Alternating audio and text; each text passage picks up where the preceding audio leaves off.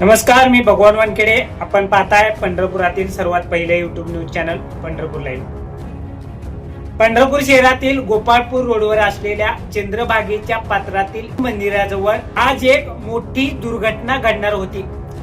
परंतु यावेळी वेळेचं प्रसंगावधान राखून एक देवदूत धावून आला. जाणून घ्या नेमकी ही घटना काय आहे ते.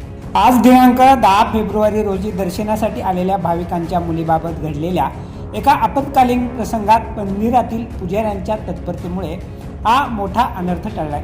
सोलापूर जिल्ह्यातील करमाळा तालुका येथील रहिवासी कुमारी रोशनी भाऊ काळे ही भाविक मुलगी आपल्या कुटुंबासह विष्णुपद मंदिर येथे दर्शनासाठी आली होती.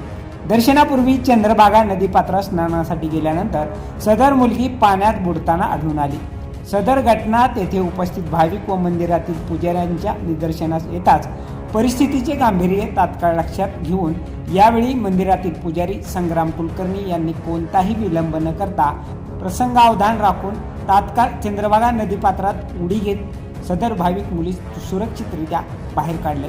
त्यांच्या तत्पर व धैर्यशील कृतीमुळे वेळेत मदत मिळून भाविक मुलीचा जीव वाचवण्यात यश आले.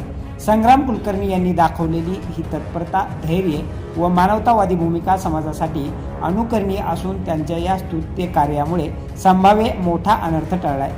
या घटनेबाबत भाविक नागरिक तसेच विविध स्तरातून त्यांचे कौतुक व अभिनंदन करण्यात येत आहे. या घटनेनंतर श्री विठ्ठल रुक्मिणी मंदिरे समितीचे अधिकारी राजेंद्र शेळके, मंदिर समितीचे सहअध्यक्ष गहिनीनाथ महाराज औशेकर यांनी फोन करून पुजारी श्री संग्राम कुलकर्णी यांचं अभिनंदन करून त्यांच्या कार्याचं विशेष कौतुक केले.